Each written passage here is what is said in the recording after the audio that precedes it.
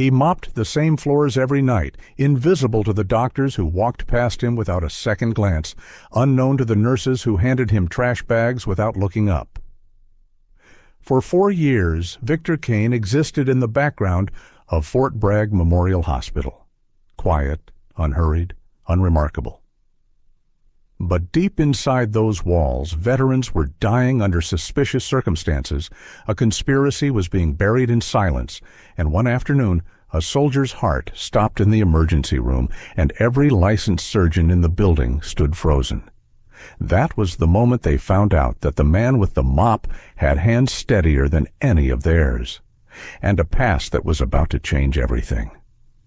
Just before we get back to it, I'd love to know where you're watching from today, and if you're enjoying these stories, make sure you're subscribed. The hospital was quietest at 4 a.m, not silent. Hospitals were never silent. Monitors beeped behind closed doors. Elevators hummed. Somewhere on the 3rd floor, a man with a ventilator breathed in the steady, mechanical rhythm of a machine doing the work his lungs had given up on. But at 4 a.m, the corridors of Fort Bragg Memorial Hospital belonged to the fluorescent lights and the cleaning staff, and tonight, like every night, they belonged most of all to Victor Kane. He moved through the East Wing the way he moved through everything, without hurry, without wasted motion. The mop traced clean arcs across the linoleum. His hands, large and dark and steady, worked the handle with the kind of automatic precision that comes not from laziness but from mastery, or from doing something so many times that the body takes over and the mind is free to go elsewhere. Victor's mind at 4 a.m. went quiet.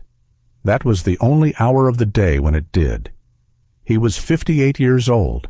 His hair had gone silver at the temples and was working its way to silver everywhere else. There were lines in his face that hadn't been there 10 years ago, and his left knee ached in the cold, which this particular October was reminding him of regularly.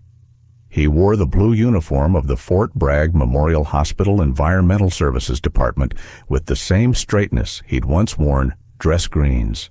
Not because anyone asked him to, but because he didn't know how to carry himself any other way. A nurse came around the corner, moving fast, chart tucked under her arm. She didn't look at him. Her eyes moved through him the way eyes move through furniture, registering his presence only enough to step around the wet section of floor without being told. Victor watched her go. He didn't take it personally. He had spent 4 years becoming invisible in this building, and invisibility, he had learned, had its uses. He worked his way down the corridor methodically. Room 408, 410, 412. He slowed at 412 without quite stopping. The door was cracked open 2 inches, enough to hear the monitors, enough to read the quality of a man's breathing if you knew what to listen for. Victor listened. The breathing was labored in a specific way, uneven in a pattern he recognized the way a musician recognizes a chord played slightly wrong. Not enough to alarm the overnight staff. Enough to mean something to someone who'd spent 12 years in trauma surgery and 4 more in field hospitals where you learn to read patients through walls. The man in room 412 was Corporal Dustin Reeves, 24 years old, and he was in more trouble than his chart reflected. Victor didn't go in. He wasn't a doctor. Not officially, not in this building, not in any building that mattered anymore. He was the man who mopped the floor. He moved his cart to the supply closet at the end of the hall, and from his front pocket he took a small square of paper. His hands, those large, steady hands, folded it in 4 moves, not looking down, the way a man ties a tie without a mirror. What emerged was small, clean, unmistakable. A crane. He walked back to 412, pushed the door open quietly, crossed to the nightstand, and set it down beside the water cup and the get-well card from someone named Kayla, who had signed it with 2 hearts. He stood there for a moment looking at Dustin Reeves' face. Young, jaw slack in sleep. The kind of face that still looked like a boy's face. Victor had operated on 100 faces like that in Baghdad and Kandahar and Fallujah, faces that belonged to people too young to be in the kind of trouble they were in. He went back to his mop. Victor lived in a one-bedroom apartment 12 minutes from the hospital on a street lined with oak trees that had turned orange in the October cold. The apartment was the kind of place that communicated nothing about the person who lived in it. Neutral walls, second-hand furniture, a kitchen table with 2 chairs that were never both occupied. A man living in transit, or a man who had decided that where he lived didn't matter because where he lived wasn't who he was. The walls were bare, except for one thing. On the wall beside the bathroom door hung a framed photograph, 8 inches by 10. In it, a surgical team stood outside a field hospital in Kandahar, squinting against the sun, everyone grinning with the slightly unhinged cheerfulness of people who had been working for 36 hours straight and were running entirely on adrenaline and bad coffee. In the center of the group stood a younger version of Victor, 40, maybe 41, broad-shouldered, still carrying the straight posture of a man who had spent years in uniform. He was grinning too. His arm was around a young resident who barely came up to his shoulder. The photo was hung with its back facing the wall. On the back, held in place by a strip of tape, were 4 small rectangles of metal, a bronze star, a purple heart, a Legion of Merit, and one more, a medal most people couldn't name that was given only to surgeons who had performed exceptional work under combat conditions, given so rarely that the Army had issued fewer than 200 of them in 30 years. Victor never turned the frame around. Under his bed, pushed to the back, where you'd only find it if you were looking, was a metal box. The kind of thing a man might use to store important documents, fireproof, lockable, with a combination he hadn't dialed in 11 years. He knew what was in it. He didn't need to open it to know. Some things you kept, not because you were going to use them, but because throwing them away would mean something you weren't ready for it to mean. He made his coffee, a black, no sugar, and stood at the kitchen window watching the oak trees in the dark. Fort Bragg Memorial Hospital ran on a hierarchy as rigid as any military structure, and at the top of that hierarchy sat Dr. Nathaniel Holt. Holt was 52, lean in the way that spoke of discipline rather than nature. With silver-streaked hair he kept impeccably cut, and the kind of handshake that told you immediately where he thought he stood in relation to you. He had been chief of surgery for 9 years. In those 9 years he had published 41 papers, won 3 departmental excellence awards, and methodically, carefully assembled a surgical department that ran exactly the way he wanted it to, which was to say, a department where competence was rewarded with access and loyalty was rewarded with advancement. And the distinction between the two was never quite made explicit. His protégé was Dr. Simone Archer. Simone was 34, black, and brilliant in the way that made other people uncomfortable, not showing off, not performing, just quietly arriving at conclusions before everyone else in the room, and then waiting, with visible patience, for everyone else to catch up. She had done her residency at Johns Hopkins, turned down 2 offers from major civilian hospitals to come to Fort Bragg Memorial because she believed in the work, believed in serving military patients, believed that the people who put their bodies in front of bullets deserved the best medicine available. Holt had recruited her personally and told her in that first conversation over coffee in his office that she had a real future here, that he would make sure she had the resources and the platform to do the kind of work she was capable of. What Simone had come to understand, slowly over 2.5 years, was that Holt's idea of her future and her own were not the same thing. She had prestige, she had a title, she had access to good cases and a research budget and her name on the department letterhead. What she did not have was real autonomy, the ability to make calls without checking with Holt first, to question protocols without it being noted, to push back on decisions without finding the next interesting case quietly redirected to someone more agreeable. She was in a box, a very nicely furnished box. It was 11:15 at night and she was at the nursing station on the 2nd floor. charting a post-op case that should have been straightforward and wasn't quite, and her pen had run out of ink, and she'd reached for the nearest thing without looking. "Can you hand me that?" she said. The pen appeared at her elbow. She took it, signed the chart, and was about to look up when her pager went off. She was already moving when she registered in peripheral awareness that the pen had come from the hand of the man mopping the floor 6 feet away. She glanced back once. He was watching her go with an expression she couldn't read. Quiet, still, something in his eyes that didn't match his uniform. Then she was around the corner, and the moment was gone.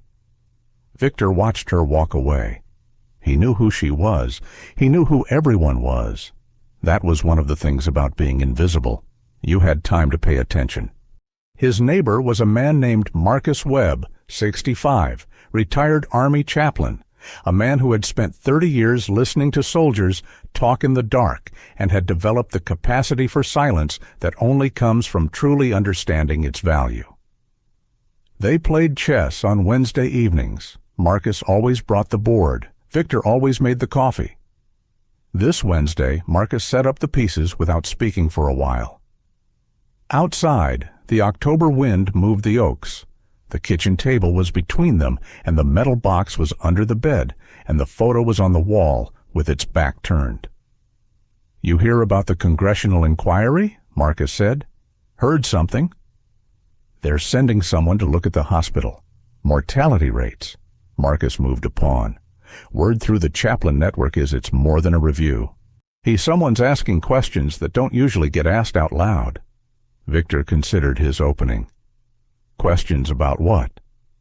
About why veterans keep dying post-surgery at 3 times the national average. Marcus looked at him over the board. "You know anything about that?" "I mop floors, Marcus." "You read medical journals in a supply closet at 2 in the morning." Victor moved his knight. Old habits. They played for a while. The wind moved. The coffee cooled. Then Marcus said quietly, the way he said things that mattered, "You could still fight it, Victor. What they did to you, the court-martial. Even now, there are people in the JAG Corps who—" "I know. Eleanor Voss. I know her name. She tried to reach you 3 times, different addresses. I moved. You were hiding." Victor looked at the board. He had 4 moves until checkmate, and Marcus, who was a reasonably good chess player, hadn't seen it yet. "I was surviving," Victor said. "There's a difference." Marcus studied him. "Is there? Because from where I'm sitting, survival and hiding look like the same piece." Victor moved his knight again. "Your bishop's exposed." Marcus looked at the board, sighed. "So it is." They didn't talk about the court-martial again that night, but when Marcus left, Victor sat at the kitchen table for a long time, not moving, the chess pieces still in their mid-game positions, the October wind pressing at the window, and the locked metal box exactly where it had always been. Brigadier General Diana Frost arrived at Fort Bragg on a Tuesday morning in a government sedan driven by her aide, Captain Aaron Reeves, who was 27 and very good at his job and had learned in 6 months of working for Frost that she did not like small talk before 9 a.m. and that her silence in a moving vehicle was not an invitation to fill it. She was 54, compact and precise in the way of someone who had spent 3 decades making herself unignorable in rooms that hadn't wanted her in them. Her uniform was impeccable in the way that communicated not vanity, but seriousness. "This is the standard I hold," the posture said, "and I expect the same from everyone in this building." She had the Fort Bragg Memorial Hospital's last 3 years of records in a binder on her lap. She was reading with her full attention, which was the only way she read anything. "The mortality clustering is in a very specific post-op window," she said, not looking up. "Yes, ma'am. He's 6 to 14 hours post-surgery, 3 times the expected rate." "And the families?" "Settled, quickly. 7 out of 11 reached confidential agreements within 30 days of the deaths." Frost turned a page. That's not grief management. That's damage control. No, ma'am. She closed the binder as the car pulled through the hospital entrance. She looked at the building. 4 stories. Brick. The American flag out front moving in the same wind that had been pressing at Victor Kane's kitchen window all week, though Frost didn't know anything about Victor Kane yet. She would. 3 days had passed since Diana Frost arrived at Fort Bragg Memorial, and in that time she had spoken to 41 hospital employees, reviewed 612 patient records, and drunk approximately 14 cups of coffee that she hadn't finished. She had also, in a meeting that lasted exactly 22 minutes, sized up Dr. Nathaniel Holt with the precision of someone whose job for 30 years had been assessing people who were trying to manage her. Holt was lying. She'd known it within 4 minutes. The question was what exactly he was lying about and how far up the chain it went. Simone Archer, meanwhile, was doing her own investigation with none of Frost's institutional authority and all of her own stubbornness, which was considerable. The mortality anomaly she'd flagged to Holt 3 weeks ago and been told she was misreading. She wasn't misreading it.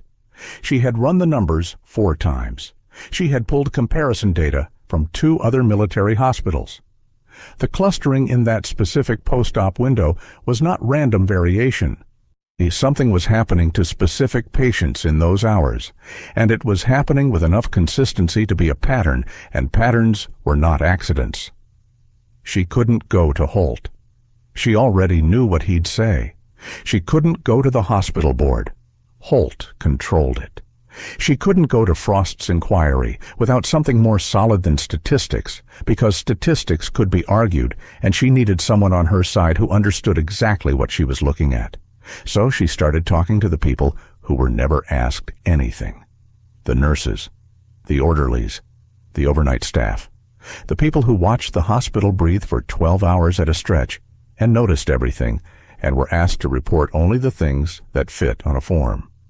And she started paying attention to the janitor who knew about potassium protocols. She found him again on a Thursday night. She hadn't been looking exactly. She'd been in the break room with her chart spread across the table and a headache building behind her right eye, muttering to herself about the drug administration timing in patient 4412's post-op record.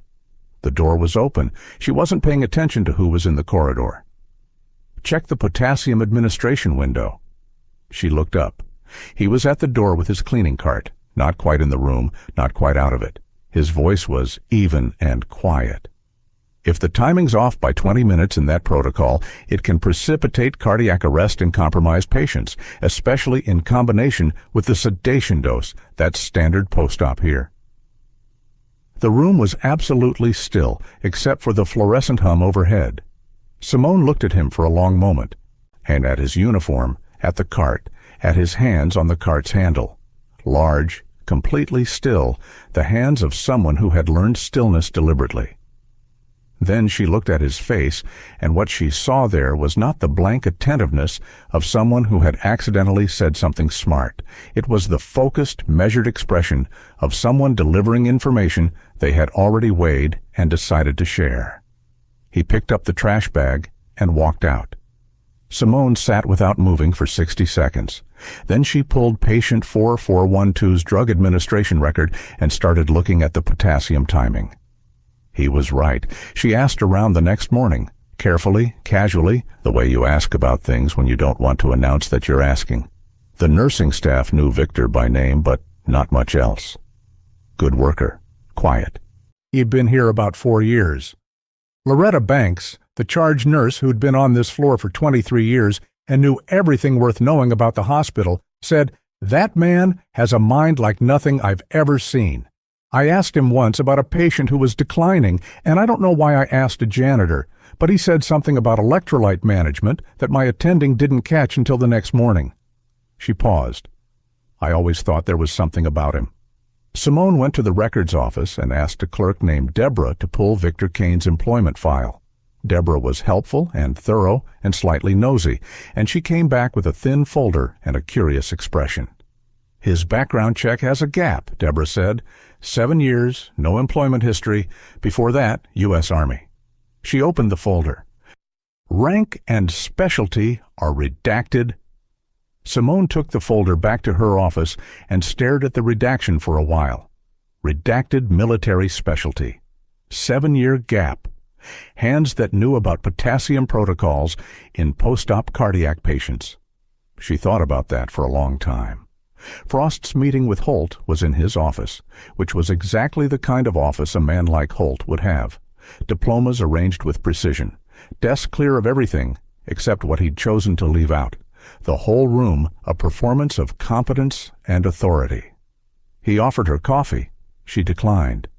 He sat across from her with the relaxed confidence of a man on his own territory, and they went through the formal pleasantries of a congressional inquiry meeting, and Frost asked her questions, and Holt gave her answers, and every answer was smooth, responsive, and approximately 60% complete.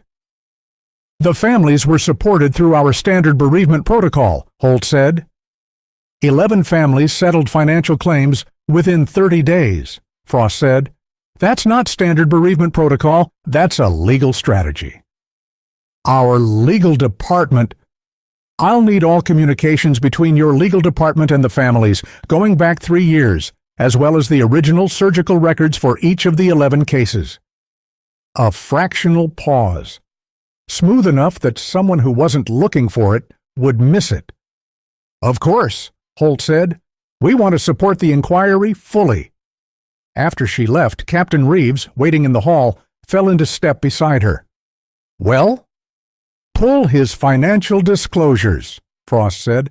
Personal and professional. Everything. You think he's dirty? I think he's been very comfortable for a very long time, Frost said. And comfortable men get sloppy about covering their tracks because they stop believing anyone's looking. She went back to her temporary office that evening and opened the stack of personnel files her team had been processing. Hospital staff, support services, the full complement of people who worked in this building. She was looking for anyone with a concerning pattern, a complaint history, an anomalous financial situation, a background that didn't add up. She almost passed it. The redacted entry was in the support staff records, 3rd page of the environmental services roster. Standard format, standard information. Except for 2 things. The redaction pattern was one she recognized from a specific type of classified military file, and the date of the redaction, 17 years ago, landed in a year that meant something to her. She pulled the full redacted record, read it 3 times. Her hand on the paper was very still. Then she closed the folder and did not tell Captain Reeves what she had seen. On Friday night, Victor was cleaning the supply room adjacent to the surgical suite when he heard voices. He wasn't eavesdropping. He was doing his job, working the shelves in the back of the room, and the conversation started in the corridor outside and moved into the adjacent space, a small anteroom used for equipment storage that shared a wall with the supply room. The voices were not raised. They were careful. They were the voices of men who thought they were alone. One was Holt's. Victor recognized it from hearing it over 4 years, in corridors, in the nurse's station, in the particular carrying quality it had when Holt was performing authority for an audience. The other he didn't know. Older. Deliberate cadence. A man accustomed to being the calmest person in any room. The Calder account needs to be reconciled by end of month, the second voice said. Holt. Thursday's case is scheduled. It'll move before the inquiry gets into the specifics. Make sure it does. Frost is thorough. I can manage Frost. A pause. Something in the quality of the silence communicated that the second man did not share this confidence. You manage your end, he said. I'll manage mine. Thursday. Footsteps. Gone. Victor stood in the supply room and did not move for 30 seconds. His mind, which had been going quiet at 4 in the morning for 4 years, was now very, very loud. He ran the words back. The Calder account. Thursday's case. It'll move before the inquiry gets into the specifics. He didn't know what it meant yet. but he was trained to memorize things under pressure, and what he'd heard was now locked in with the same precision he'd once used to memorize surgical protocols in field conditions where there was no time to look anything up. He finished cleaning the supply room. He replaced every item exactly as he'd found it. He pushed his cart into the corridor and continued his rounds. His face, if anyone had been watching, showed nothing. Dustin Reeves was getting worse. Victor had been watching it for 2 weeks with the helpless, controlled attention of a man who sees a problem clearly and has no standing to act on it officially. The decline was subtle enough that the overnight staff's charting didn't capture it. Vital signs that were individually within acceptable ranges, but collectively formed a pattern, a drift, a slow movement in a direction that didn't match Dustin's diagnosis or his treatment protocol. Victor changed his cleaning schedule so that he passed room 412 every 40 minutes. He wasn't sure what he was going to do with what he was observing. He knew he couldn't do nothing. On Sunday evening, Dustin was awake when Victor passed the door. The young man was looking at the origami crane on his nightstand with the unfocused attention of someone who'd been lying still for too long. He looked up when the door opened. "Hey," Dustin said, and his voice had the thin quality of someone whose lungs weren't quite right. "Hey," Victor stopped in the doorway. "How are you feeling?" "Like garbage." A pause. "Sorry." "Don't apologize for honesty." Dustin looked at the crane. "Someone keeps leaving these. You know who does that?" Victor looked at the crane. "No idea." Dustin almost smiled. It was a small, tired expression, but it was real. "Well, I appreciate it, whoever it is." He looked at Victor with eyes that were tired but not dull. There was something still sharp in there, still present. "You're the guy who's here every night." "I work the overnight shift." "You slow down when you pass my room." Victor met his eyes. "I do." Neither of them said anything for a moment. Then a nurse came in to check vitals, and Victor moved his cart down the hall. And Dustin Reeves watched him go with the careful attention of a young man who had learned in the Army to notice the things that other people walked past. Simone found Victor on Monday night. She had been building toward it for a week, watching him, thinking about him, going back and forth in her mind about whether this was rational or whether she had spent too many nights alone with her charts and was starting to see things. In the end, what decided her was the potassium protocol. He had been right, and right in a way that required not just knowledge, but clinical reasoning, the ability to see the interaction between two variables in a specific patient population and understand what it meant in real time. That was not something you got from reading. That was something you got from years of practice. She found him in a corridor near the ICU wing, late, maybe 10:30. She waited until the nearest nurse had rounded a corner. Then she stepped in front of his cart and said, "Tell me how you know about potassium administration protocols." Victor looked at her. The look lasted long enough to be deliberate. "You've been looking into me." I asked a few questions. "What did you find?" "A redacted military file and a 7-year employment gap." She kept her voice low and level. "What I didn't find is any explanation for how a janitor in an environmental services uniform knows things that most of my attendings don't know." Victor was quiet for a moment. Then he said, "You're looking at a drug interaction, but the drug interaction is not the whole picture. The whole picture is surgical decision-making in the OR. Specifically, who is making calls on post-op sedation and whether those calls are medical decisions or something else." Simone stared at him. Her heart was doing something complicated. "Who are you?" Victor picked up the trash bag from the can beside the wall. "I'm the man who cleaned your break room," he said, and walked away. She stood in the corridor watching him go. Her chart was in her hands. The fluorescent light buzzed overhead.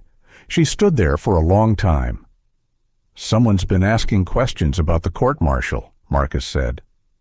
It was Wednesday chess. The board was set up. The coffee was made. Outside, the wind had picked up, and the oaks were losing their leaves in slow orange spirals. Victor looked up from his pieces. What questions? Who filed the original complaint? Whether the surgical log was ever independently verified? Whether you were the only surgeon on the case? Marcus moved his opening pawn. Recent questions. Someone with access to the JAG records database. That's not a civilian inquiry. That's someone inside the system. Victor was still. How recent, he said. 2 weeks. The same 2 weeks since Frost arrived at Fort Bragg Memorial. Victor looked at the chessboard, the same board they'd been playing on for 4 years. He was playing black. He could see 4 moves ahead to checkmate, the same as always. He hadn't decided yet whether to take it. She came here for the mortality inquiry, Victor said. Not for me. Maybe she found something while she was looking for something else. Or maybe she's trying to build a case before moving on the inquiry. Clean up everything connected to the hospital, including me. Marcus studied him. Or maybe, he said quietly, she's a person who looked at something that happened 17 years ago and decided it wasn't right. Victor moved his knight. It was not toward checkmate. It was a patient move, a developing move, a move that kept options open. Your bishop's still exposed, he said. Marcus looked at the board. I know, he said. I'm deciding whether to protect it. They played until midnight. Neither of them said anything else about the court-martial or Frost or the questions being asked inside the JAG system. But when Marcus left and Victor was washing the coffee cups in the small kitchen sink, he stopped with his hands in the water and stood very still for a moment. Then he dried his hands, walked to the bedroom, and crouched down beside the bed. He pulled out the metal box. He didn't open it. He carried it to the kitchen table and set it down in the light. Sat in front of it. The combination lock faced him. He had not dialed it in 11 years. He knew the combination the way he knew his own blood type, the way he knew the steps of every procedure he'd ever performed. Not by effort, but by permanence, the way some things settle into a person and stay. He sat with the box on the table for a long time. He didn't open it, but he didn't put it back under the bed. He left it there, on the kitchen table, in the light, and went to bed, and lay in the dark, listening to the wind move the last of the oak leaves from the branches outside his window. The days leading up to Thursday moved the way days do when something is coming, not faster, not slower, but with a particular quality of weight, as if the air itself had thickened slightly. Victor felt it. He didn't have a name for what he was feeling exactly.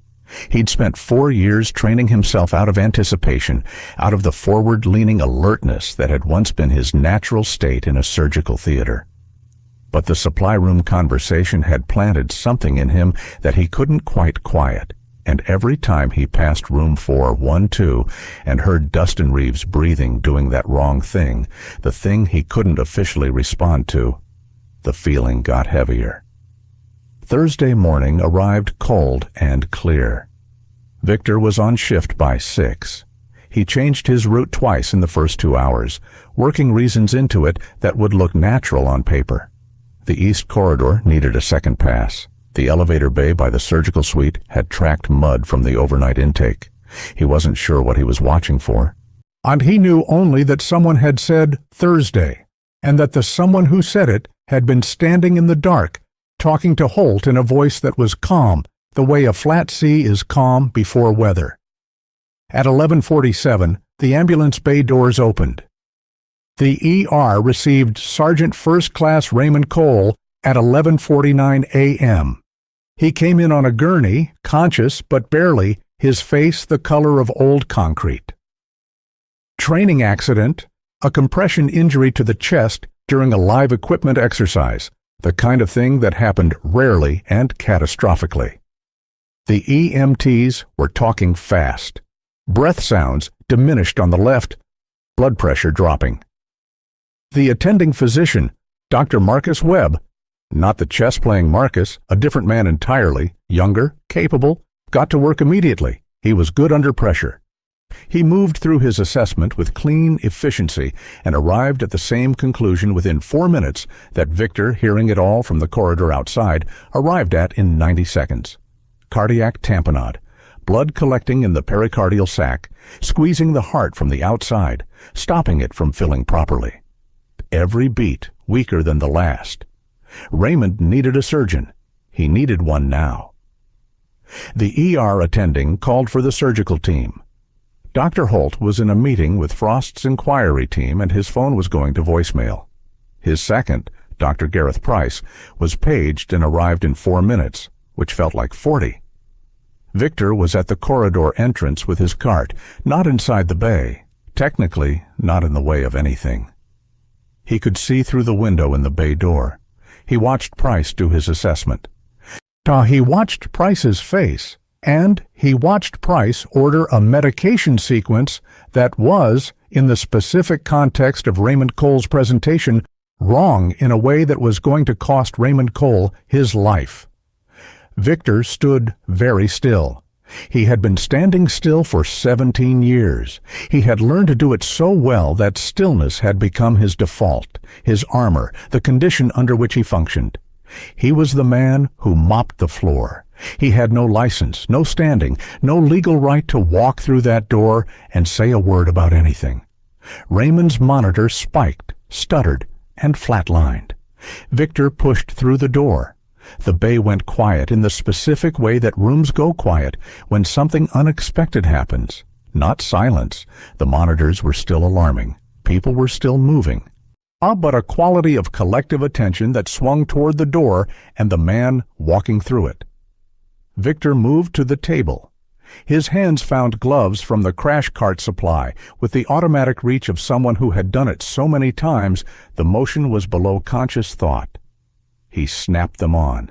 He looked at Raymond Cole's face, 31 years old, jaw slack, the 82nd airborne tattoo on his wrist. And then he looked at the monitor. And then he looked at Price. "He needs a needle decompression," Victor said. "Left side, 4th intercostal space. Right now. Someone hand me a 14 gauge. Price turned on him. "Who the hell are you? Get out of this. There is blood in the pericardial space compressing the heart." Victor's voice did not change. It was even, precise, and carried across the room without being raised. "Your defibrillation will not work until that pressure is relieved. You have approximately 90 seconds before the damage is irreversible. Hand me the needle or pick it up yourself." The room held its breath. Price was a surgeon. He knew cardiac tamponade. He knew, in the part of his mind that was still purely medical and hadn't been touched by whatever else he'd become involved in, that what this man in a janitor's uniform had just said was correct. The problem was every other part of him, the part that answered to Holt, the part that had been in that supply room corridor, the part that knew this patient's name was on a list. Loretta Banks was the charge nurse on duty. She had worked this floor for 23 years. She had seen bad decisions made by men with credentials and good decisions made by people nobody gave credit to. And she had a 30-year education in the difference between authority and competence. She looked at Price. She looked at Victor. She picked up the 14-gauge needle and held it out. Victor took it. The room went still in a different way after that. The stillness of people watching something they will remember. Victor worked with the quiet focus of a man who has performed this procedure so many times that fear has been replaced entirely by knowledge. He talked as he worked, not loudly, not performing, just narrating the way he always had in the OR, because a good surgeon keeps the room informed, because everyone around the table should understand what's happening, because medicine is not a solo act. Angle of entry, 45 degrees toward the left shoulder. You're aiming for the pericardial space, not the myocardium. If you hit myocardium, the patient will tell you you'll feel the ventricle. Back off 2 millimeters and redirect. The needle moved. His hands were perfectly steady. The resistance changes when you enter the sac. Don't advance past that point. Dark blood filled the syringe. On the monitor, a blip. A pause that lasted long enough for 2 people in the room to stop breathing. Then a rhythm. Irregular at first, then steadying, then settling into the unmistakable pattern of a heart that had been given back its room to beat. Raymond Cole's chest rose. The room was absolutely silent except for the monitor. Then Loretta Banks said, very quietly, "Sweet Jesus." One of the younger nurses had her hand over her mouth. Dr. Price stood 3 feet away, motionless. His face doing something complicated and private that he would have to deal with later, somewhere else. Victor stripped his gloves and dropped them in the waste bin. "He'll need a cardiothoracic consult and imaging within the hour," he said. "The tamponade may reaccumulate. Watch the neck veins and the pressure trend." He picked up his mop from where he'd left it outside the bay door. He began to walk out. Diana Frost was in the hallway. She had been walking toward the ER to follow up on something from that morning's inquiry documents when the code was called, and she'd stopped. The trained observer's instinct, the reflexive attention of someone who had spent a career noticing things. She'd watched through the window in the bay door. She'd seen everything. When Victor walked out and nearly collided with her, they were 3 feet apart, and there was nowhere to go. Victor went still. Frost went still. 17 years collapsed into the 3 feet between them. Victor's face moved through something. Not fear, not rage, but something older than either. Something carefully managed over a very long time. And then settled back into the stillness he'd built for himself. Frost's face was unreadable, in the way that faces are unreadable when their owner is working very hard. She said, "I need you in my office, now." Victor looked at her for one more moment. Then he set his mop against the wall. "All right," he said. Behind them, in the bay, Raymond Cole's monitor kept its steady green rhythm. His hand lay still on the hospital bed, palm up. The 82nd Airborne tattoo catching the fluorescent light, the same insignia Victor had worn on his own uniform in a photograph that currently faced the wall of an apartment 12 minutes away. Frost's temporary office was a converted consultation room on the 2nd floor, a table, 4 chairs, a window that looked out over the parking lot. She had made it functional the way she made everything functional, cleared of unnecessary items, organized in a way that reflected how her mind worked, the inquiry documents in ordered stacks that only looked random. She told Captain Reeves to wait outside. He didn't ask why. He closed the door. Victor sat across from her without being asked. He folded his hands on the table. His uniform was clean, his face was composed. He looked like a man who had been waiting for this conversation for a long time and had decided somewhere along the way that when it came, he would meet it sitting down. Frost sat across from him and for a moment said nothing. She was doing what she always did in the first moments of a difficult conversation, taking inventory, not of the room, of herself. Checking whether she was clear, whether she was objective, whether she had let anything cloud the precision she needed. "Your name is Victor Kane," she said. "You've been employed by this hospital's Environmental Services Department for 4 years. Before that, 7 years with no employment record. Before that, United States Army, Lieutenant Colonel, combat surgeon." She paused. "You just performed a successful pericardiocentesis on a critically ill patient without a license, without authorization, and in front of approximately 9 witnesses." 10, Victor said. "You were in the hallway." 10, Frost agreed. Silence. Outside, a cart rolled past in the corridor. Someone laughed at the nurse's station, a quick, ordinary sound from a world that was continuing normally 6 feet away. "Why are you here?" Frost said. "In this hospital, doing this job." Victor looked at her steadily. "I needed somewhere to be." "That's not an answer." "It's the only one I have that's honest." Frost held his gaze. In 17 years, she had not allowed herself to think about Victor Kane very often. When she had, late usually in the particular honesty of late nights, she had framed it cleanly. She had prosecuted the evidence presented to her. The evidence had been compelling. The finding had been the finding of the board, and not solely hers. She had believed in the system. She had done her job. Sitting across from him now, in a room that smelled of institutional coffee and old documents, she was aware that believing in the system and doing her job were things that could be true and still not be enough. She said, "I found your redacted file. I assumed you would. I've been in contact with Eleanor Voss." Something moved through Victor's face. Very small. He controlled it immediately, but she had been watching for it, and she saw it. "Then, you know what she found," he said. "I know what she believes she found. I haven't verified it yet." "The surgical log was altered," Victor said.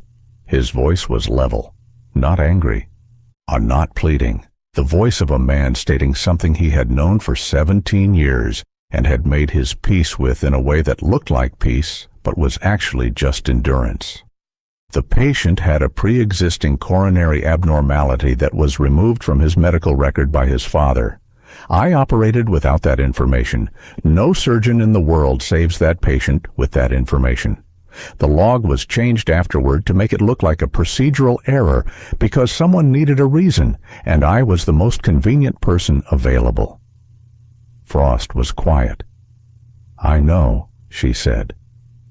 Victor looked at her. "Not when it mattered," she said, "but I know now." She held his gaze and didn't look away from it, which cost her something. "I should have looked harder at the time. You prosecuted the evidence you were given. I should have questioned who gave it to me and why." Victor said nothing. Outside the window, a car pulled into the parking lot, its headlights sweeping briefly across the ceiling. The silence between them was not comfortable, but it was honest, and honest silence was something they could both work with. Then Victor said, "I'm not here about me. I came to tell you something about this hospital." Frost pulled a legal pad toward her. "Tell me." He told her about the supply room conversation, the Calder account, Thursday. The civilian voice he hadn't recognized. He laid it out with the precision of a man trained to relay critical information accurately and quickly, dates, exact words where he had them, the sequence of what he'd heard. Frost wrote without interrupting. When he finished, she looked at her notes. "Calder," she said. "I don't have more than the name." "I might." She turned to a stack of documents on her right. "Boyd Calder. He came up in the financial disclosure review 2 days ago. A tangential connection. Corporate entity 3 layers removed from Holt's personal investment portfolio. I flagged it and moved on." She looked at Victor. "I should have stayed with it." "Now you know to stay with it." "Dr. Archer has been running a parallel investigation into the mortality data," Frost said. "She came to me yesterday with a statistical analysis. I told her I needed more documentation before I could act on it." She paused. "I was being careful, maybe too careful." "There's a patient on the 4th floor," Victor said. "Corporal Dustin Reeves. His decline doesn't match his diagnosis or his treatment protocol. Someone has been adjusting his medications in a way that doesn't show up in the electronic record. Paper addendum on the physical chart."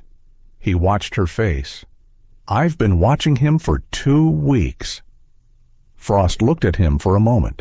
Not the assessment look, something quieter. "You've been watching him." "I pass his room every 40 minutes. She held his gaze.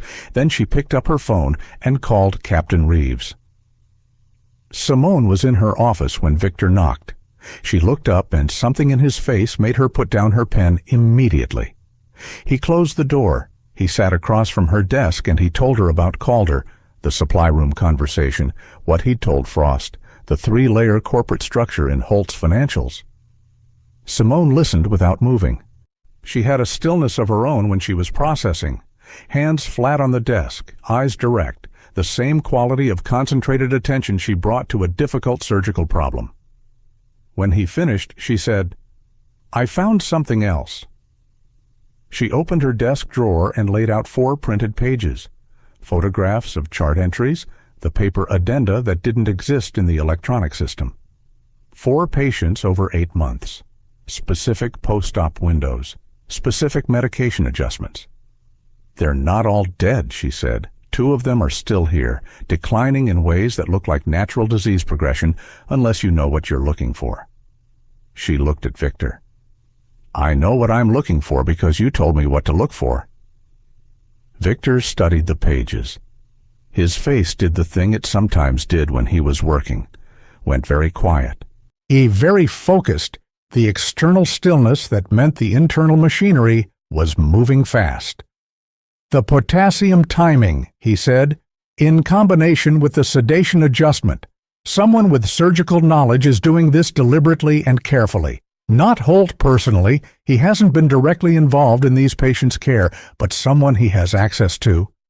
She paused. "Price." Victor looked up. "I've been watching Price for 2 weeks," Simone said.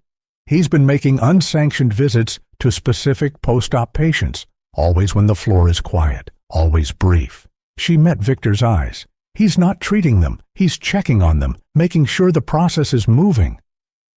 The room was quiet. From somewhere down the hall came the ordinary sounds of a hospital in the early evening, a call bell, a cart, someone's television at low volume. "Does Frost know about Price?" Victor said. "Not yet." "She needs to." "I know." Simone looked at her pages. "I need more time to build the documentation. If I go to her now with what I have, Holt's lawyers will dismantle it in a day." "How much time?" 48 hours? "Dustin Reeves may not have 48 hours.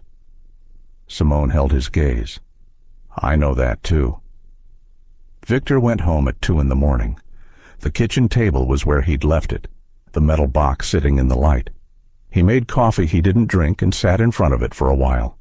Then he dialed the combination, left, right, left, the numbers as permanent in his memory as his own name, and opened it. Inside, his military ID card, corners worn, his medical license, long expired, the paper soft from years in the box. A notebook, on 43 pages of handwritten account, the surgery, the court-martial, everything he'd remembered and recorded in the year after, because a part of him had known even then that memory was the only protection he had. His medals, loose in the bottom of the box, cool against his fingers. And one more thing. An envelope, sealed, with a return address from the Army JAG Corps and a postmark 8 years old. He'd received it at an address he'd been at for only 3 months. He'd looked at the return address and felt something close down in him, and he'd put it in the box without opening it, because he had spent that particular year trying very hard not to be pulled backward into something that had already taken enough. He opened it now. The letter was from an attorney named Eleanor Voss. The language was careful, precise, the kind of legal writing that was trying to communicate urgency without being able to prove everything it was urgency about. She had found, in the course of reviewing an unrelated case, documentation that suggested the surgical log used in his 2008 court-martial proceeding had been materially altered after the surgery. The alteration had been traced to a records clerk in the office of General Marcus Aldridge. She had not been able to establish the chain of command beyond the clerk. She had tried to reach Victor at 3 addresses. He read it twice. Then he set it on the table beside the box and looked at it. 8 years. The letter had been sitting in this box for 8 years while he mopped floors and folded cranes and told himself that the quiet life was the life he'd chosen, and that choice was not the same as defeat. He picked up the letter again, read Voss's name. Frost had said she'd been in contact with her. He sat there for a long time in the kitchen light, with the letter in his hands and the medals in the open box and the coffee going cold beside him. The October wind had died down. The oaks outside were almost bare now, just the last few leaves holding on. Then he reached across the table and picked up his pen. The next morning, the nurse on the 4th floor found the paper addendum in Dustin Reeves' physical chart. She almost didn't. She'd been checking the IV line routine and had flipped through the chart looking for a previous lab result, and the addendum was tucked between 2 pages in a way that would have been easy to miss. A medication adjustment, unsigned, in handwriting that wasn't anyone's on the current rotation. A specific drug, a specific dose, in a specific window that corresponded to the hours when Dustin had been declining fastest. She looked at the addendum. She looked at Dustin, awake in the bed, watching her with those tired but sharp eyes. "I didn't ask for a medication change," Dustin said. The nurse closed the chart. She was 26 years old and 3 years out of nursing school, and she had been on this floor long enough to know the difference between a paperwork error and something that required moving fast. "I'll get the attending," she said. She was already moving when she left the room. In the corridor outside, Victor's cleaning cart was parked at its usual spot. Victor was not beside it. He was standing at the window at the end of the hall, looking out at the pale morning, his hands in his pockets. When the nurse came out of room 412 walking fast, he turned and watched her go. His face showed nothing, but his hands in his pockets were very still, the particular stillness of someone who has been waiting and is now watching the thing they were waiting for begin to move. The nurse who found Dustin Reeves's chart was named Carla Simmons, and she did exactly the right thing. She went straight to the ICU attending, Dr. James Okafor, and put the physical chart in his hands and said, "This addendum isn't from anyone on our rotation."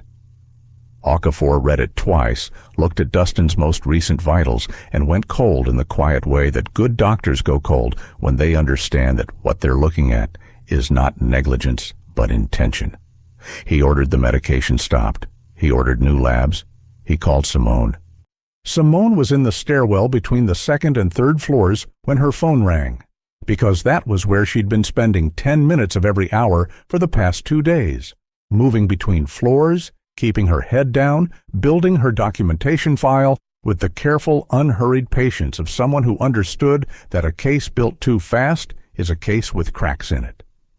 She listened to Okafor for 45 seconds, said, "I'm coming," and was already moving.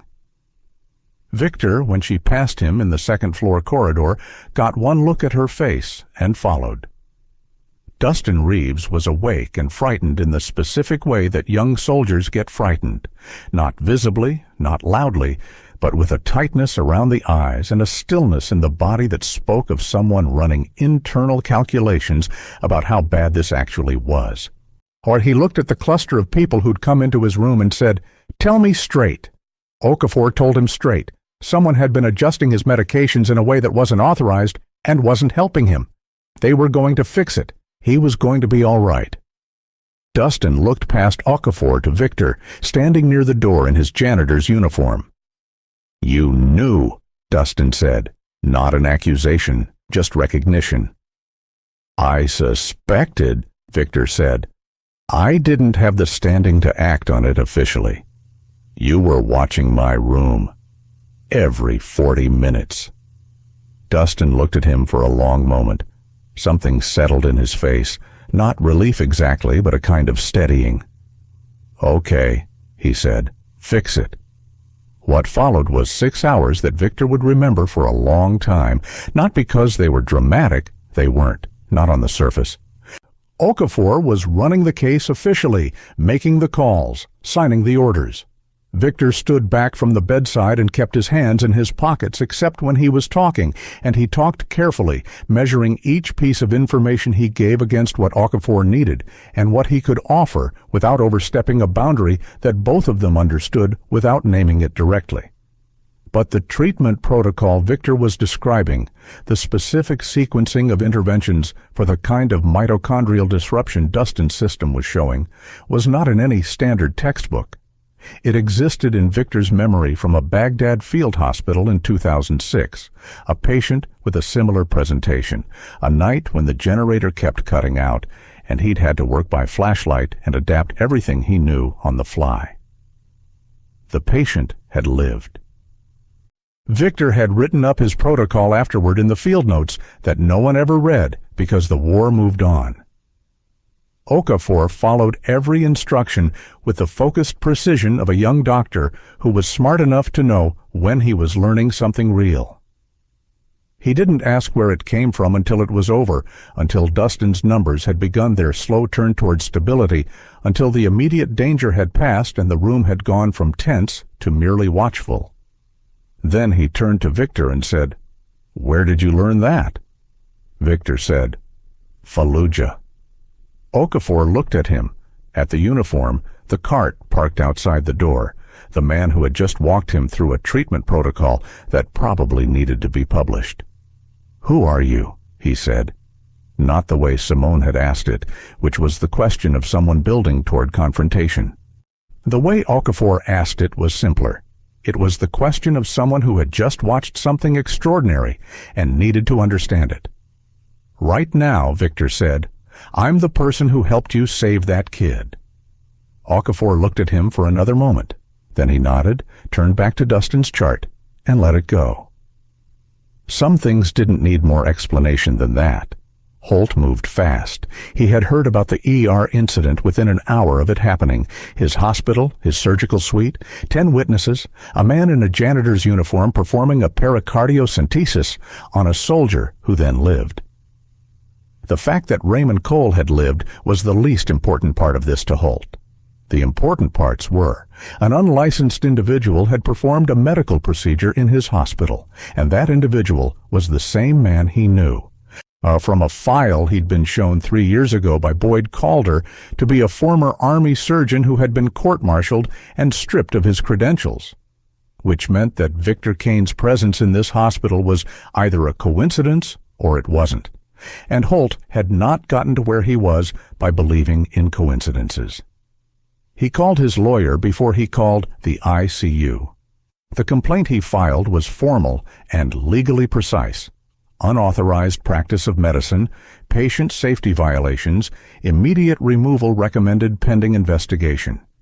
He filed it with the State Medical Board and copied the Department of the Army's Medical Affairs Division, and he added a personal note to his contact at Medical Affairs that read, "In the careful language of men who understood how to communicate between the lines. This individual requires administrative resolution before the current inquiry advances." Then he went to Frost. Her office door was open. He knocked twice and entered with the smooth confidence of a man on his own territory, which was a habit so ingrained in him that he did it even in rooms that weren't his. "I need to discuss a serious patient safety concern," he said. Frost looked up from her documents. "Sit down, Dr. Holt." He sat. He laid out the case against Victor with exactly the right balance of institutional concern and carefully performed alarm. An unlicensed individual, a vulnerable patient, the liability exposure for the hospital. He said nothing about knowing who Victor was. He said nothing about the court-martial. And he let the legal framework do the work. Frost listened with the attentiveness she brought to everything, which was complete and gave nothing away. When Holt finished, she said, "I'll review the situation." After he left, she opened Victor's redacted file again. She read Eleanor Voss's notes, which she had obtained 2 days earlier and had been working through carefully. She read the section about the surgical log. She read the name of the records clerk. Then she picked up her phone and called Voss directly. The conversation lasted 22 minutes. When it ended, Frost sat very still at her desk for a while. Then she called her congressional contact. "I need authorization to expand the inquiry scope," she said. "What started as a mortality review has become a criminal investigation. I need CID, and I need it quietly." Her contact said, "How quickly?" Frost looked at Holt's complaint, sitting on her desk next to Voss's notes. "Yesterday," she said. Victor was in the basement supply closet. His supply closet, the one with the small stool and the single lamp, and the medical textbook he'd been reading for 4 years. When he heard footsteps, he recognized. Simone knocked once and came in without waiting, which told him something about the quality of what she was carrying.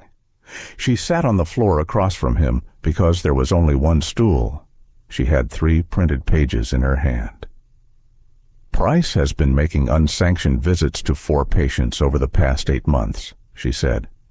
I have time-stamped footage from the floor cameras. I asked the security office for a routine audit review and pulled it myself. I have the chart addenda photographed and documented. I have the lab work showing the specific drug interactions in 2 patients who survived. She looked at Victor. And I know what the Calder account is. Victor was still. Boyd Calder runs a fund, Simone said. I found him through the corporate structure in Holt's financials. Frost's team had flagged the connection and left it. I followed it the rest of the way. The fund is tied to a specific insurance instrument that pays out on mortality events in military healthcare facilities. The payout structure is indexed to patient age, service record, and benefit value. Younger veterans with longer projected benefit streams generate larger payouts. She stopped. She said it flatly, the way you say something when the only alternative is not saying it at all. They were selecting patients based on what their deaths were worth. The lamp hummed. Somewhere above them, the hospital moved through its evening rhythms. How many? Victor said. 11 confirmed, possibly more going back further than my data covers. She held his gaze.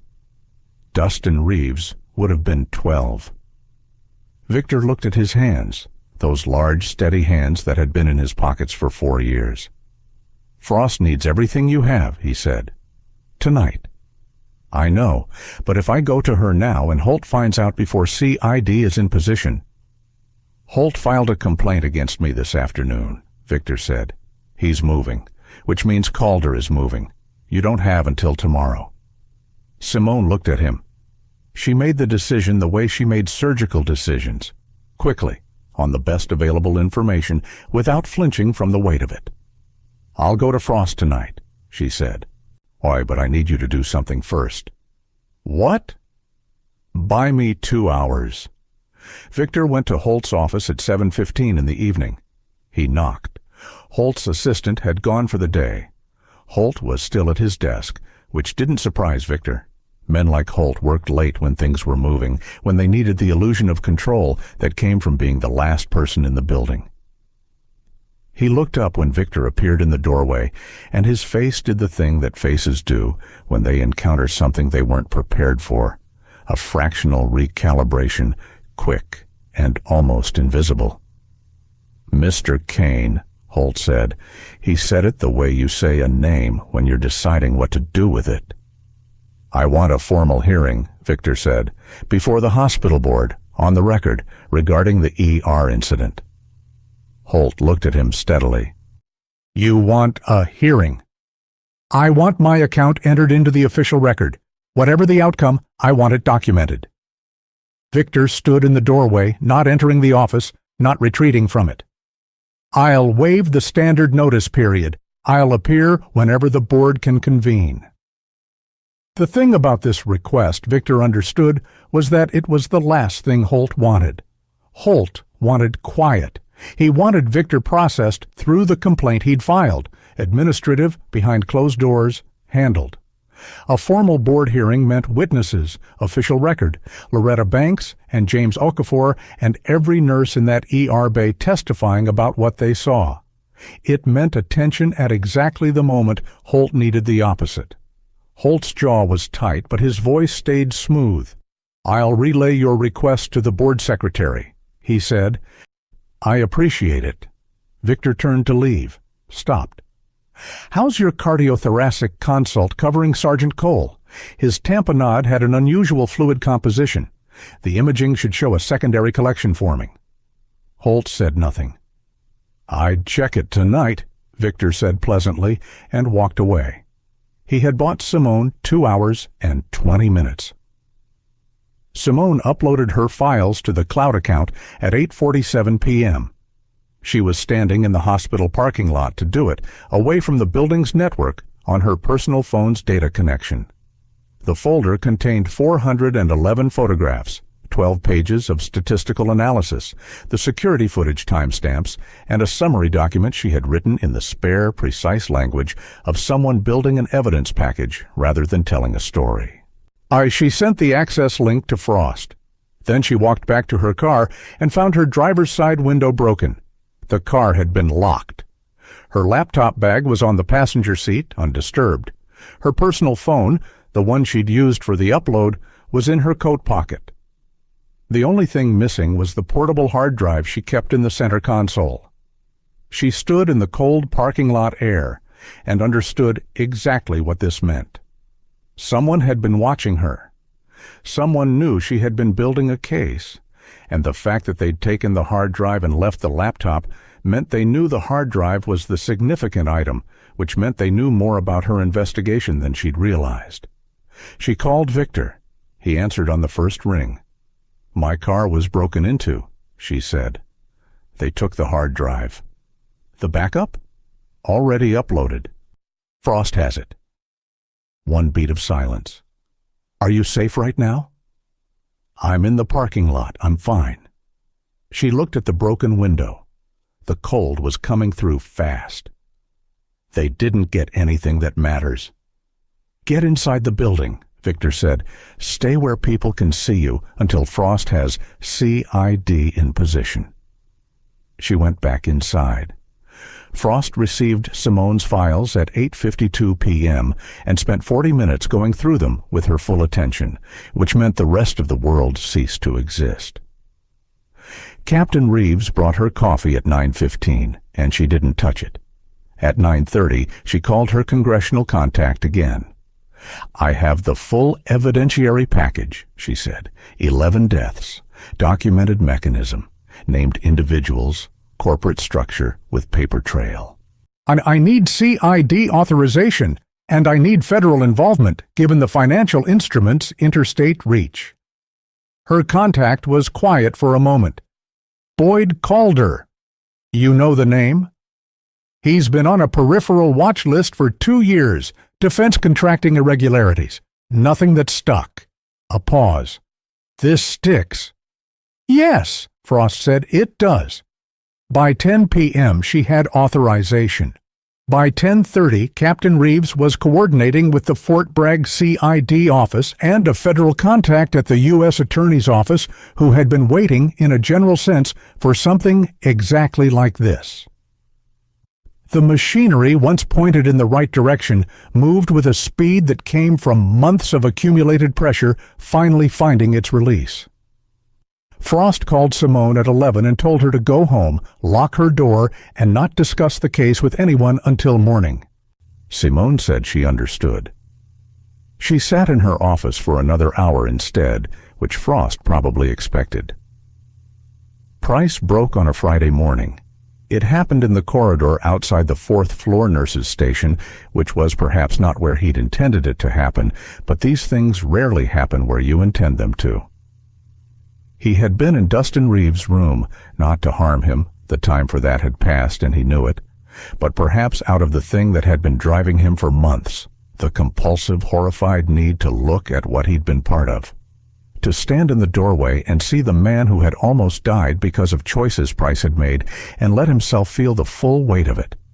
Simone was coming out of the stairwell when she saw him in the corridor. He looked at her, and she looked at him, and something in his face, something raw and exhausted and past the point of performance, made her stop. "I have documentation," he said. His voice was low. The nurse's station was 30 feet away. "Everything. Dates, amounts, names, what I was told to do, and when." He reached into his coat pocket and held out a USB drive. His hand was not entirely steady. "I've been keeping it for 6 months. I didn't know what to do with it." Simone looked at the drive. She looked at his face. He was 41 years old and looked 60 this morning, the particular aging that comes not from years, but from specific choices whose full cost you've been carrying alone. "There's a recording," Price said. "Calder, explaining the structure, how the payouts worked, who authorized each case. I recorded it on my phone during a meeting 8 months ago." He paused. "I didn't tell him." "Why are you giving this to me?" Simone said. "Because you're the one who was right when everyone told you that you were wrong." He held the drive out and didn't drop his arm. "And because I'm a coward who waited too long, and I know that, and I can't undo the 11 people who died, but maybe I can make sure it stops at 11. Simone took the drive. She went directly to Frost's office. Victor was sitting with Raymond Cole when everything outside the room was accelerating. Raymond had been moved from the ICU to a step-down room that morning. Stable enough for the transition, his color better, his eyes carrying the alert, the slightly dazed quality of someone who had been very close to dying and was now recalibrating his relationship with ordinary existence. He looked at Victor's uniform when Victor came in to clean and said, "They told me what you did." Victor set his cart by the door. "How are you feeling?" "Like someone punched a needle into my chest." Raymond considered this, which I gather is accurate. It is. Raymond watched him work for a moment, the unhurried movement, the precise small adjustments. "Why are you working as a janitor?" he said. Not rudely, with the directness of a soldier who had decided that proximity to death was a reasonable excuse for skipping polite indirection. Victor was quiet for a moment. "I needed somewhere to be." "You said that already. What does it mean?" Victor looked at him. Raymond was 31, big, direct, the kind of man who took up space in a room not through aggression, but through simple, settled presence. The tattoo on his wrist moved when his hand did, the 82nd Airborne insignia, the same one in the photograph on Victor's wall, the one facing the right way now. 17 years ago, Victor said, I was a surgeon, a good one. I had a patient die on the table during a surgery that should have succeeded, and I was court-martialed for a procedural error that the evidence says I didn't make. I lost my license. I lost my career. I spent some years being lost in other ways. And then I ended up here. He said it without drama, without self-pity, in the same even voice he used for everything. Doing the only thing I could do that kept me close to the work without me having the right to do the work. Raymond was quiet for a while. Outside the window, the morning was moving. Cars in the lot, a bird somewhere, the ordinary sounds of a world that had kept going while Raymond Cole's heart had stopped and been restarted by a man who wasn't supposed to be there. You need to be a surgeon again, Raymond said. It's not that simple. I know it's not simple. Raymond held his gaze. I'm saying you need to do it anyway. A pause. You saved my life, not as a janitor, as a surgeon. You can put on whatever uniform you want, but what you are doesn't change because of what you're wearing. Victor looked at him. This young man who had no idea of the architecture of what he'd just said, who had arrived at it simply and directly, and without the 17 years of weight that Victor brought to it. Sometimes the simplest version of a true thing is the one that lands deepest.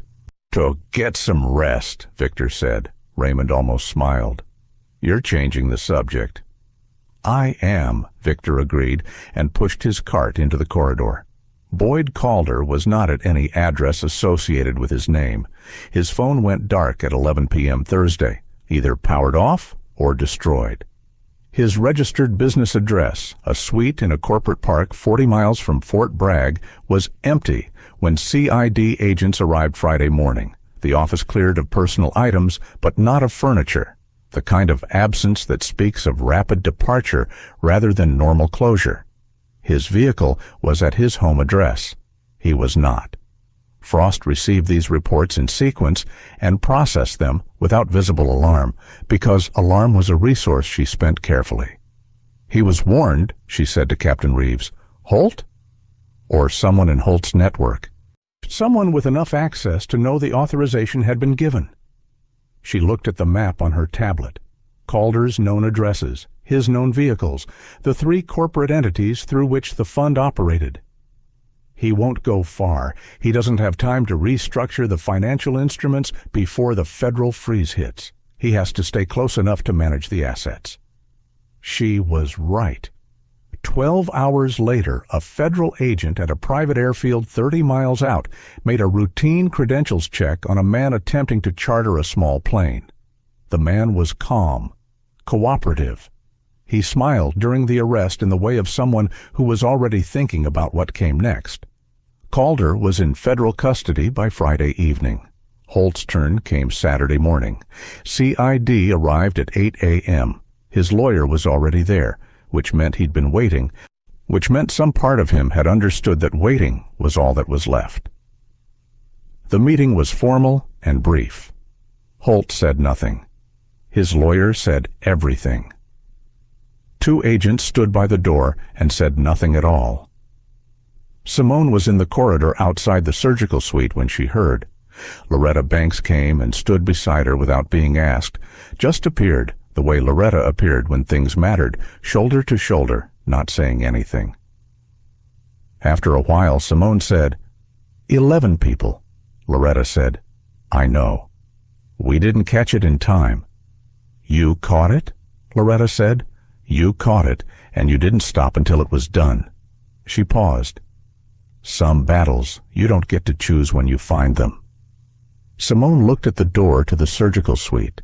Her surgical suite now, though she hadn't fully understood that yet. She thought about the 11 names in her documentation file. She thought about what it meant to be right about a thing and still not be in time.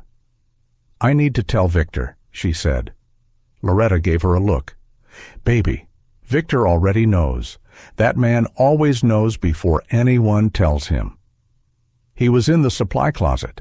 His closet, with the stool and the lamp, the medical textbook open on his knee to a chapter on cardiac surgery techniques that had evolved in the years he'd been away. He'd been reading it the way he'd been reading everything for 4 years, to maintain, to update, to keep the knowledge current against the day when knowing it might matter to someone. Simone knocked once and came in. She sat on the floor.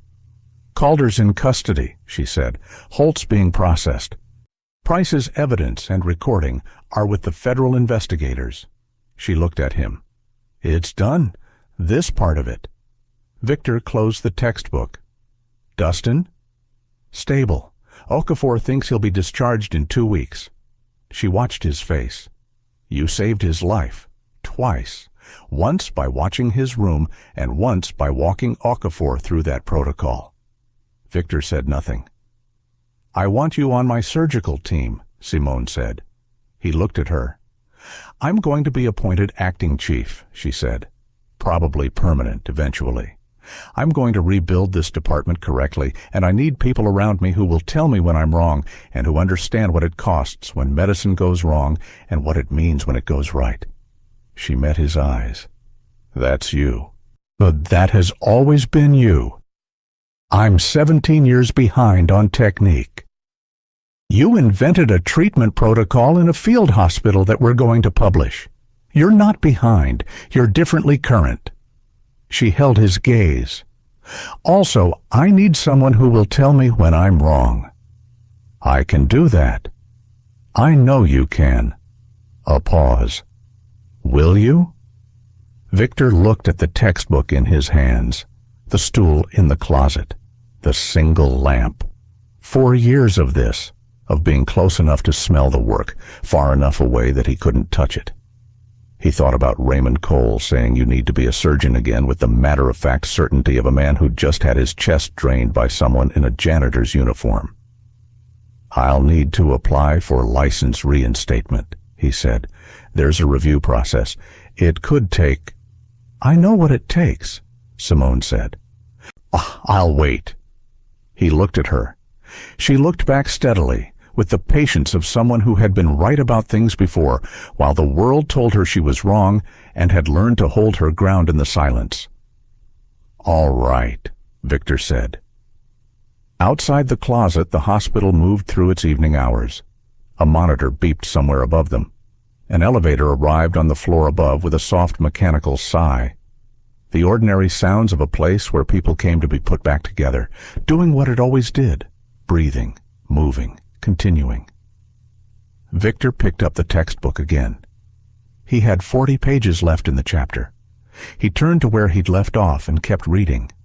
The federal case moved the way large, serious things move, with a momentum that looked slow from the outside and felt relentless from the inside.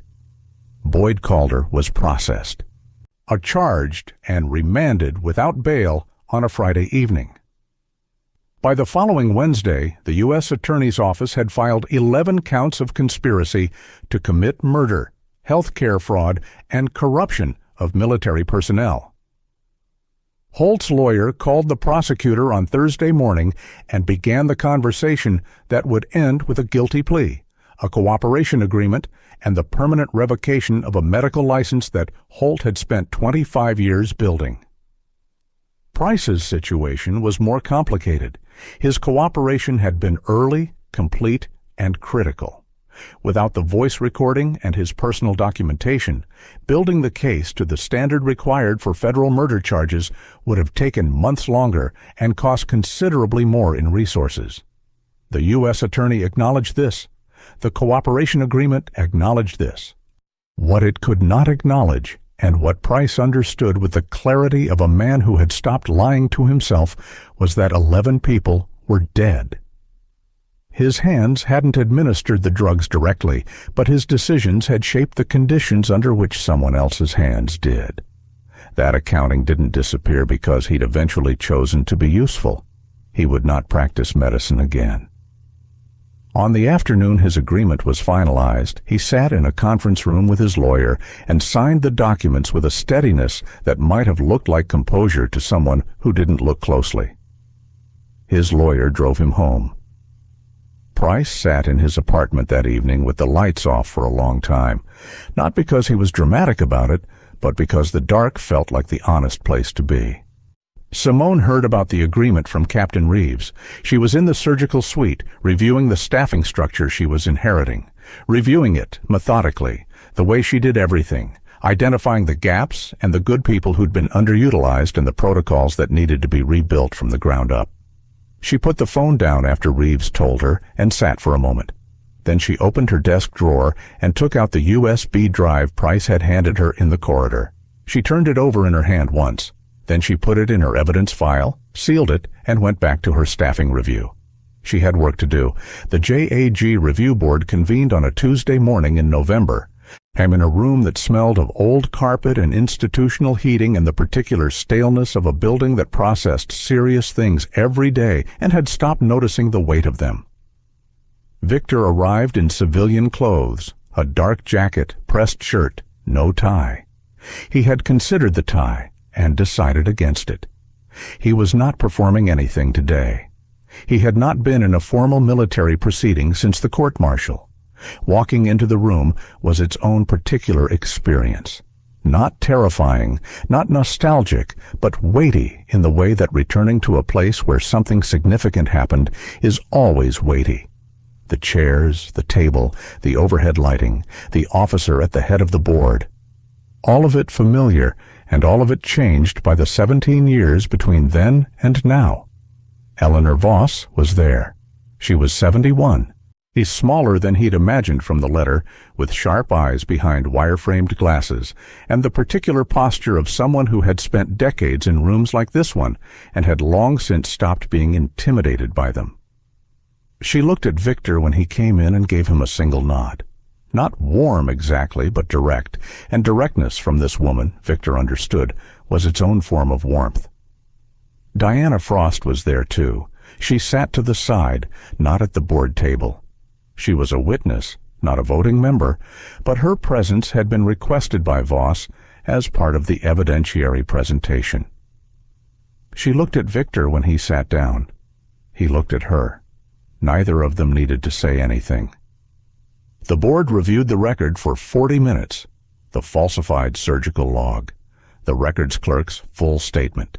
He had given from a retirement community in Florida 3 weeks earlier, complete and remorseful, and 17 years late. The original patient file, the actual one, reconstructed from parallel records, showing the coronary abnormality that General Aldridge had removed to protect his son's career. The testimony of 2 Army physicians who reviewed the reconstructed record and stated, in the careful language of expert witnesses, that no surgeon operating with the available information could have anticipated or prevented the outcome. Then they asked Victor to speak. He described the surgery. He did it the way he documented everything, precisely, chronologically, without editorializing. The patient's presentation, the information he had, the decisions he made and why, what happened and when. He did not describe what it had cost him. He did not describe the 17 years. He was asked about his actions, and he described his actions, and the board listened with the attentiveness of people who understood that they were hearing something that should have been heard a long time ago. When he finished, the room was quiet for a moment. One of the board members, a colonel named Patricia Webb, who had been taking careful notes throughout, looked at him over her reading glasses and said, "Lieutenant Colonel Kane, is there anything else you want this board to know?" Victor thought about it honestly, about the apartment with the turned photo, about the supply closet and the single lamp and the textbook, about Dustin Reeves breathing, doing that wrong thing at 4 in the morning. What about Raymond Cole's heart coming back on a monitor in a room full of people who had gone completely silent? "No," he said, "I think the record is complete." The board deliberated for 1 hour and 17 minutes. Victor sat in a hallway outside on a wooden chair and watched people walk past. A young JAG officer, a clerk with a stack of files, a private who glanced at him curiously and then looked away. Frost came and sat beside him. They sat without speaking for a while. The heating unit at the end of the hall ticked irregularly. Outside a window at the far end, November was gray and still. "I should have questioned the source," Frost said. She said it quietly, not as a speech, just as the thing she needed to say. "The log." The testimony. "I should have asked who stood to gain from the evidence looking the way it looked." Victor looked at the floor. "You were a colonel doing what colonels do. That's not sufficient?" "No," he agreed. "It isn't, but it's true." He paused. "I'm not going to tell you it's all right. It wasn't all right. 17 years wasn't all right." He looked at her directly. "But I'm also not going to spend whatever time I have left carrying it like a stone. I've been doing that, and it doesn't help anyone, including me." Frost was quiet for a moment. "What will you do now?" "Simone Archer has offered me a position on her surgical team. I'm applying for reinstatement." He almost smiled. Very small, but real. "Going to be a lot of paperwork." Frost said, "I'll write whatever letters need to be written." "I know you will." They sat in the hallway for another few minutes. Neither of them said anything else. It was, in its way, the most honest conversation they had ever managed. The door at the end of the hall opened. The officer who had been chairing the board stood in the frame and looked at Victor. "Lieutenant Colonel Kane, we're ready for you." The finding was read in full. The court-martial verdict was overturned. His military record was restored. His medical credentials were eligible for reinstatement upon application to the relevant licensing board. And the board's written recommendation, which Victor had not expected, and which landed somewhere in him like something long held finally released, stated that his reinstatement should be treated as a priority matter given the circumstances of the original proceeding. The officer reading the finding paused near the end. Just a fraction of a second, long enough to be deliberate, not long enough to be unprofessional. He looked up from the document.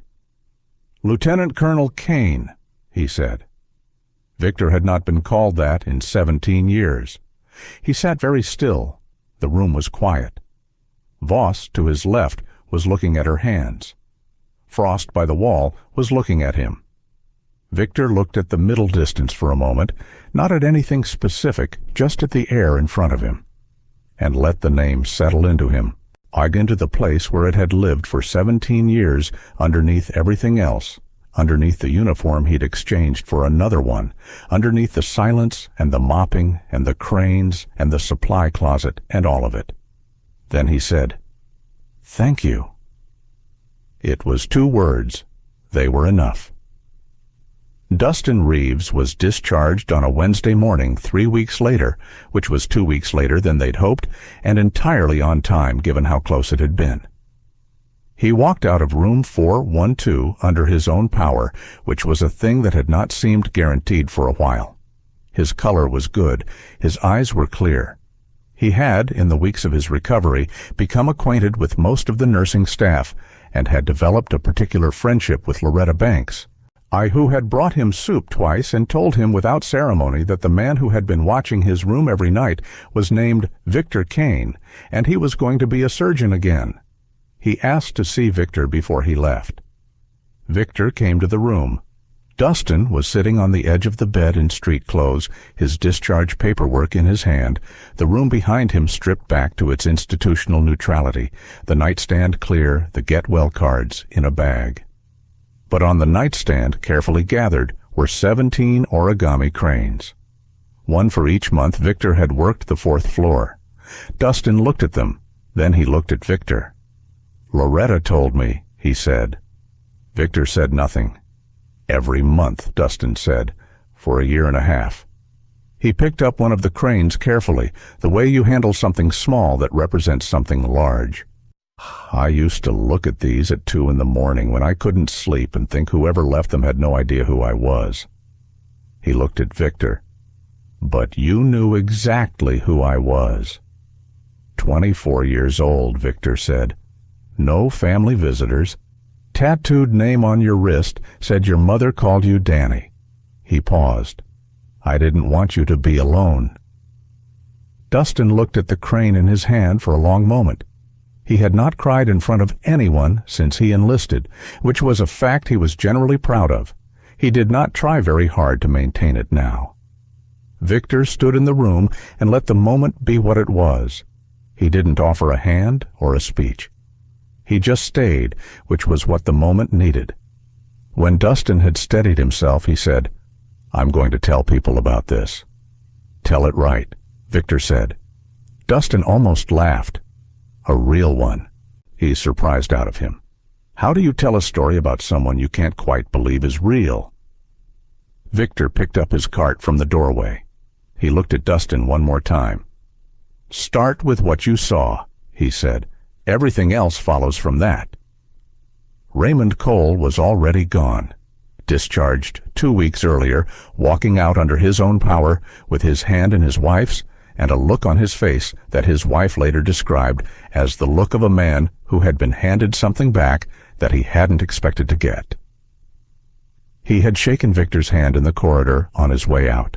Firm, long, the handshake of someone who understood what they were shaking hands about. "I'm going to tell this story," Raymond had said. "Tell it right," Victor had said. Raymond had smiled at that. "You already said that to someone else today, didn't you?" "It bears repeating." Raymond had looked at him one last time. "Get back in the OR," he said. Not a suggestion. The flat, certain tone of a man whose orders tended to get followed. "The world needs what you know how to do." Victor had watched him walk to the elevator. The doors had closed. He'd stood there in the corridor for a moment, his hand still carrying the warmth of the handshake, and then he'd gone back to work. 6 months passed. They passed the way time passes when it is full of work, quickly in aggregate, slowly in the individual hours, each day distinct and then indistinguishable from the others in memory. The federal trial of Boyd Calder ran for 4 months, involved 47 witnesses, and produced 11 conviction counts. Calder maintained his composure throughout with the consistency of a man who had confused control with invulnerability for so long that losing the first had not yet cost him the second. The judge, during sentencing, made a brief statement about the specific nature of the crime, that it had converted the machinery of healing into an instrument of harm, and that this was among the gravest categories of betrayal the court had encountered. Calder received the rest of his life in federal prison. He was still calm when they let him out, but the calm, this time, had nothing behind it. Holt's guilty plea produced a quieter ending. No dramatic sentencing, no statement from the judge. Just a courtroom, a signed document, and a man walking out into a November afternoon without the title he had spent a career acquiring. His medical license was revoked permanently. He did not contest it. Whatever he had been before he became what he became, the record of what he had done was now the permanent and final version of his story. Simone was formally appointed Chief of Surgery at Fort Bragg Memorial Hospital on a Monday morning in March. The letter arrived in her office, and she read it twice, and then set it down and looked out her window at the parking lot for a while. She had been doing the job for 4 months already, filling the gap left by Holt's removal with the focused competence of someone who had been capable of the role the whole time and had simply been kept from it. The appointment made official what was already true. She reformed the post-op protocols first. Mandatory peer review on all mortality cases, no exceptions. A new documentation system that made paper addenda effectively impossible to use undetected. 3 new surgeons hired in the first month, each of them chosen with an explicit criterion she stated plainly in every interview. Tell me about a time you told a senior colleague they were wrong and why. She got a card in her office mailbox on the day of her appointment. No name on the envelope. Inside, in handwriting she recognized by now, careful even, the handwriting of someone who had spent years writing things that only they would read. It said, "The data was always right.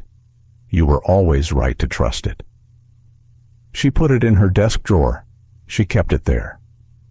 Victor's license reinstatement took 3 months, which was fast by any standard, and which reflected 3 things: the JAG Board's priority recommendation, Frost's letters, plural, a detailed, unambiguous, and the skills assessment that 3 different evaluators discussed afterward in terms they didn't typically use for licensing reviews. The assessment had been thorough. 4 hours of written examination, 2 hours of simulation review, a structured interview with a panel of senior surgeons who had been briefed on the circumstances and had agreed to approach the evaluation without prejudice, which most of them managed. Victor had answered every question the way he answered everything, directly, precisely, without performance. When one panel member asked how he had maintained surgical knowledge over 17 years without practice, Victor described the supply closet, the textbooks, the journals he had read cover to cover, annotating in margins that no one would ever see. The protocols he had developed and revised in his head on overnight shifts when the hospital was quiet and his mind had nowhere else to go. The panel member had been quiet for a moment. Then he'd written something in his notes and moved to the next question. Victor's reinstatement was granted on a Tuesday in April. He received the document in the mail in an envelope with the State Medical Board's return address, and he opened it at the kitchen table where the metal box still sat. Open now, its contents arranged rather than hidden, the medals out, the photograph on the wall facing the right way. He read the document once, then he folded it and put it in the box, with the letter from Eleanor Voss and the notebook and all the rest of it. He sat at the table for a while, not long. There was work to do. His first case back was a cardiac procedure, routine by the standards of cardiac surgery, which meant it was not routine at all, but had a known pathway and a high success rate in experienced hands. Simone had selected it deliberately. Not too simple, not too complex. The right degree of challenge for a return. She didn't tell him she'd selected it deliberately. He knew anyway. He asked for music in the OR gospel, low and steady, the kind of music that doesn't demand your attention, but fills the room with a particular quality of calm. Nobody objected. Loretta Banks, who had arranged her schedule to be the charge nurse on duty that morning, for no reason she stated officially, caught Victor's eye across the surgical suite as he scrubbed in and gave him a single nod. He nodded back. When he stood at the table and looked at the patient, a staff sergeant named Thomas Webb, 44 years old, father of 3, who had no idea that the man about to operate on him had spent 4 years mopping the floors of this same building. Victor looked at the monitoring readings, confirmed the team's positions, checked the instrument layout with one unhurried pass of his eyes. Then he said, "Let's begin." His hands did not shake. They had never shaken, not in Baghdad, not in Fallujah, not in an ER bay with a flat-lined monitor and a room full of people watching. They moved with the same steady precision they had always moved with, the precision that came not from absence of feeling, but from feeling that had been fully processed and set aside, leaving only the work. The procedure took 2 hours and 11 minutes. It went without complication. When it was done and the patient was being moved to recovery, Okafor, who had found a reason to be in the OR that morning, standing back and watching with the focused attention of a student in the presence of something worth studying, said quietly, "That was something." Victor stripped his gloves. "It was surgery," he said. "Yes," Okafor said. "It was." Marcus Webb came for chess on the Wednesday after the procedure. He brought the board. Victor made the coffee. Outside, the April evening was soft and warm, the oak trees fully green again, the year having turned back around to where it started. Marcus set up the pieces without speaking for a while. When he finished, he looked across the board at Victor, at the photograph on the wall, facing the right way, at the open box on the counter with the medals visible. "You're different," he said. "You said that before," Victor said. "I said it before, and you said you were just older." Marcus studied him. "That's not what I see now." Victor looked at the board. He was playing black. He could see 4 moves to checkmate. He considered the board for a moment, the full shape of it, every piece in its position, and then made his opening move, not toward checkmate, a developing move, a patient move. He had time. "I'm back," he said. Marcus smiled slowly, the smile of a man whose prayers tend to get answered on their own schedule. He moved his pawn. They played for 2 hours, unhurried, the coffee warm, the oaks moving softly outside. And when Marcus finally saw the checkmate coming and leaned back in his chair with a philosophical expression, Victor took it, clean and direct and without apology. Marcus looked at the board. Then he laughed, a real laugh, full and unguarded. "4 moves," he said. "You've been sitting on that for an hour." "I wanted to make sure," Victor said. "Of what?" Victor picked up his coffee. "That I was ready to finish it." Dustin Reeves told his story to a journalist friend from his hometown, and the story ran first in a small regional paper, and then everywhere, the way stories run when they contain something people recognize as true. Not because of the drama, though. There was drama. Because of the cranes. Because of the image of a man spending 17 years watching a hospital breathe from the inside, keeping himself close to the work that had been taken from him, folding paper birds for soldiers who had no visitors. Victor read the article on his phone in the hospital cafeteria. He was eating lunch, an actual lunch at an actual hour, the way people with normal schedules ate, and he read it with the same expression he brought to everything, which was quiet and attentive and gave nothing away. Then he put his phone down and finished his sandwich. Loretta Banks dropped into the seat across from him. She looked at his face. She said, "You're famous." "I was trying to be invisible." "Honey," she said with the weary affection of someone who had worked in a hospital for 23 years and had heard every kind of foolishness, "you were the most visible person in this building. We just let you think otherwise." He looked at her. She looked back without blinking. Then he picked up his phone again, or looked at the article one more time, at the photograph someone had taken of 17 paper cranes arranged on a hospital windowsill, catching the light, and put it in his pocket. "I have a 1 o'clock, he said. "Go on then," Loretta said. "Doctor." He stood. He picked up his tray. He walked out of the cafeteria and down the corridor toward the surgical suite, past the elevator and the supply closet and the mopping cart that belonged to someone else now, and he did not stop to look at any of it. He had looked at it enough. The morning light came through the corridor windows in long, flat bands. Ahead of him, the surgical suite doors were lit from inside. He pushed through them and let the doors close behind him and went to work. If the system that was supposed to protect Victor spent 17 years destroying him instead, how many others are out there still mopping floors, still waiting for the world to see what was taken from them? If this story moved you, hit like and subscribe. We have more stories just like this one waiting for you.